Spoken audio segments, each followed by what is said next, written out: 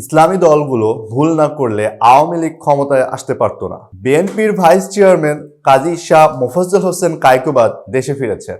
আজ শনিবার দুপুরে একটি ফ্লাইটে হযরত শাহজালাল আন্তর্জাতিক বিমানবন্দরে এসে পৌঁছান তিনি বলেন, 1996 সালে যদি আমরা ভুল না করতাম, বিশেষ করে ইসলামী দলগুলো যদি ভুল না করত, আওয়ামী লীগ কখনো ক্ষমতায় আসতে পারত না। সব মামলা থেকে খালাস পেয়ে দীর্ঘ 13 বছর পর কায়কোবাদ দেশে ফিরেছেন বলে জানিয়েছে বিএনপি। কুমিল্লা ৩ মুরাদনগর আসন থেকে 5 বারের নির্বাচিত সাবেক সংসদ সদস্যরা আসার খবরে বিমানবন্দরে অসংখ্য মানুষ জড়ো হন। তাদের বেশিরভাগই মুরাদনগর উপজেলা বিএনপি নেতাকর্মী। পরে বিমানবন্দর থেকে কায়কোবাদ বিএনপির প্রতিষ্ঠাতা প্রয়াত রাষ্ট্রপতি জিয়াউর রহমানের সমাধিতে গিয়ে শ্রদ্ধা জানান।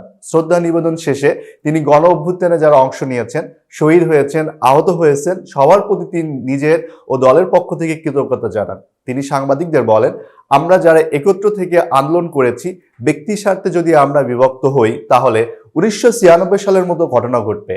তাহলে কিন্তু 2001 সালের সরকারের পরবর্তী পর্যায়ে যে ঘটনা সেগুলো আবার ঘটতে পারে।